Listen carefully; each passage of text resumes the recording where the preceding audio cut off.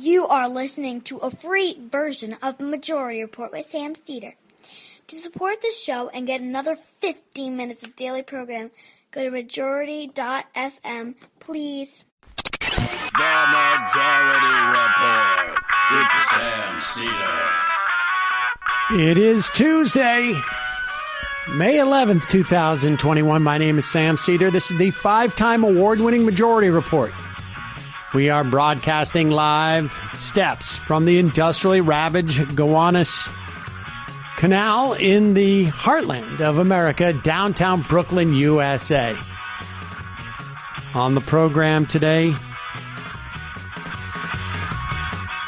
human rights attorney and assistant professor at Rutgers University in the Department of Africana Studies and the program in criminal justice, Nora Erakat is here, author of Justice for Some, Law and the Question of Palestine on Sheikh Jarrah, and the increasing understanding of Israel as an apartheid state.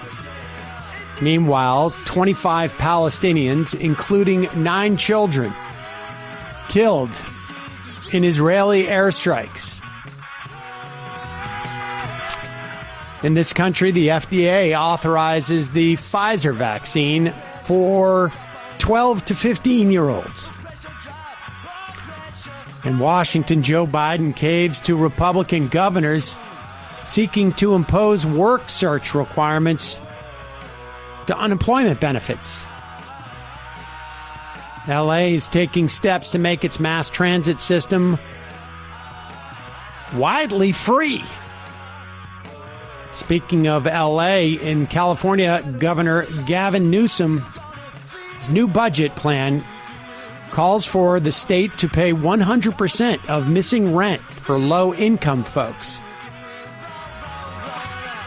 Meanwhile, in the Senate, markup begins on S1, the voting rights bill. The FBI claims the hacking group DarkSide was responsible for the ransomware attack that shut down the Colonial Pipeline. You'll remember Colonial responsible for one of the largest spills from that pipeline in North Carolina just months ago. Meanwhile, since January, 1 million new people, or I should say new signees, have signed up for Obamacare. And lastly, Rahm Emanuel to be named ambassador to Japan. Apologies. All this and more on today's Majority Report. Welcome, ladies and gentlemen. Thank you for joining us. Yes, sayonara to Rahm Emanuel. Gosh, I don't know if I know how to say hello to... Konnichiwa. Thank you. Konnichiwa to Emma Vigeland. Hello, Emma. Konnichiwa. Konnichiwa. How are you today? I am fine. Thank you. I am fine. I noticed you grinning a little bit to start the show. Yeah, well, I got a message from a listener, and so I figured out what that mystery package was downstairs. There we go. We'll deal with that later. Really disturbing images coming out of Israel over the past couple of days, and of course, this has been part of an ongoing series of disturbing images for decades now, and at various points, there are flashpoints that rise above the fray. We have seen the Israeli government begin evictions of Palestinians living in East Jerusalem. Living there for decades because of the peace treaty that Israel is now violating. Well, I mean, they've been living there for decades upon decades. I'm just trying to come up with a reason why we have those evictions other than to say this is basically part of an ethnic cleansing project in Jerusalem, and that has essentially started a new round of protests that were taking place on the Al-Aqsa Mosque, and the Israeli government stormed the mosque. And then we saw rockets being launched from Hamas, I should say from Gaza, by Hamas. Yeah, I just want to make that super clear, though, just because there were the evictions in the Sheikh Jarrah neighborhood. Netanyahu wasn't effectively able to get the Palestinians to retaliate in a sufficient way because he wants that retaliation so he can build his coalition government. So then they storm the third holiest site for Palestinians in Jerusalem. They brutalize people. Hamas retaliates. And then what do you know? Israel retaliates hundreds more fold, kills children, kills dozens of Palestinians. And here we are. And, the consensus in Washington is it's the Palestinians' fault. Well, yes. And here is, we should say that in those air raids, there were rockets sent, like I was saying, by Hamas, 90% of which were stopped by their Iron Dome defense system. I think there were 6 maybe Israelis who were injured. The retaliation led to the deaths of 25 Palestinians, 9 of whom were children, 126 injured. And here is the State Department spokesman Ned Price asking questions from U.S. reporters, and it's quite clear that the Biden administration does not seem to be prepared for this whatsoever. And to the extent that they are prepared, it is really they're prepared to do nothing. Here is Ned Price's response to reporters. We're speaking of the principle of self-defense. I'm asking if you think that the principle of self-defense applies to the retaliatory the airstrikes that they're conducting in response. Matt, this is a very fluid situation. I would hesitate to comment on operations beyond, the rocket fire that is clearly targeting innocent civilians in Israel. So I would hesitate to speak to specific operations that have just occurred. But the broader principle of self-defense is something we stand by on behalf of Israel and every other country. Do you think that an Israeli military response to the rockets coming in, a military response to the rockets coming in is covered by this broader rubric of self-defense, right? Self-defense often does authorize the use of force. Thank you, Ned. I want to ask you about East Jerusalem, but let's talk about what you said about the principle of self-defense. Does that in any way apply to the Palestinians? Do they have a right to self-defense? Do Palestinians have a right to self-defense?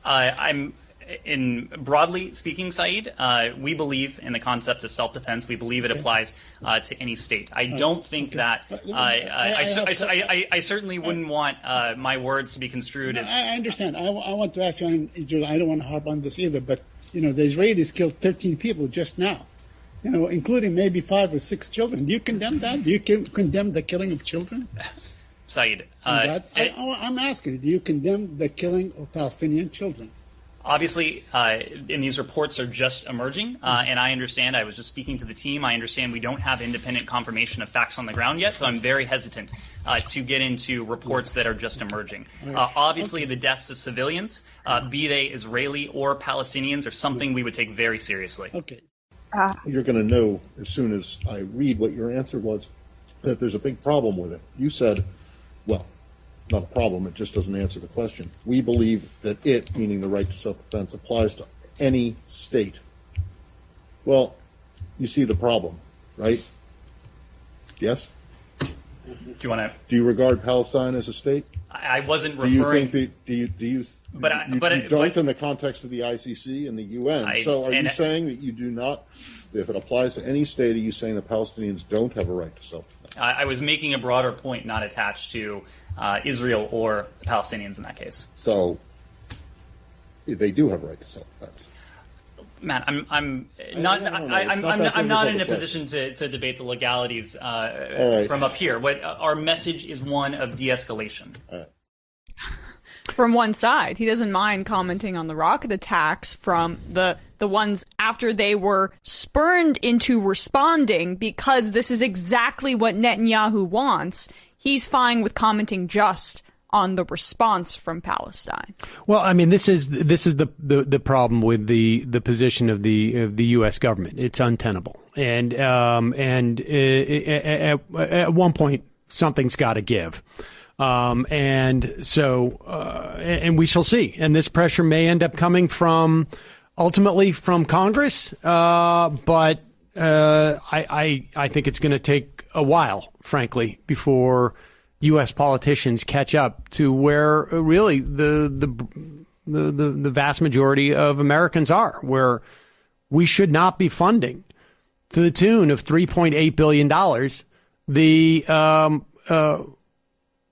air attacks on civilians. I mean, we shouldn't be doing it, and it's quite clear that the way that the Israelis have been handling the situation, it's not going to change. They're just going to continue to dispossess Palestinians and continue to build settlements and until we just in this ongoing fashion. But I mean, we fund them, and that yet they hold us hostage. I mean, the brazenness of this. I the way, Ned Price, right, last name, the way he squirmed there. I mean, that shows the absolute weakness and cowardice of the Biden administration's foreign policy, the lack of imagination, and clearly the lack of gumption. It's gross to me.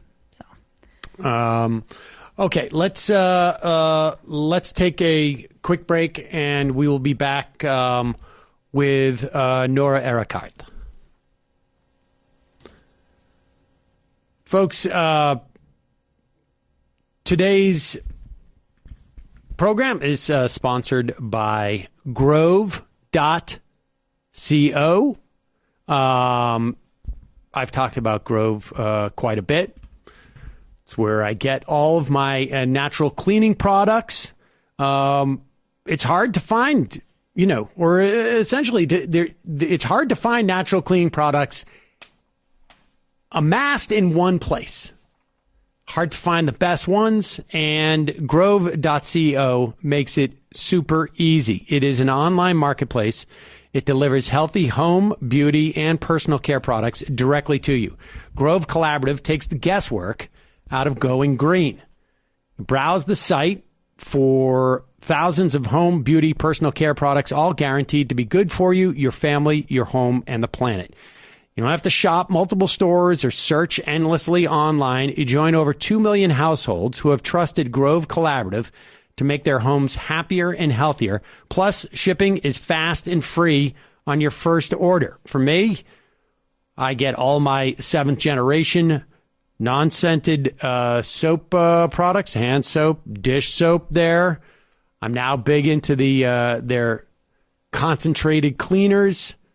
They send you buy like a bottle, you buy it one time, and you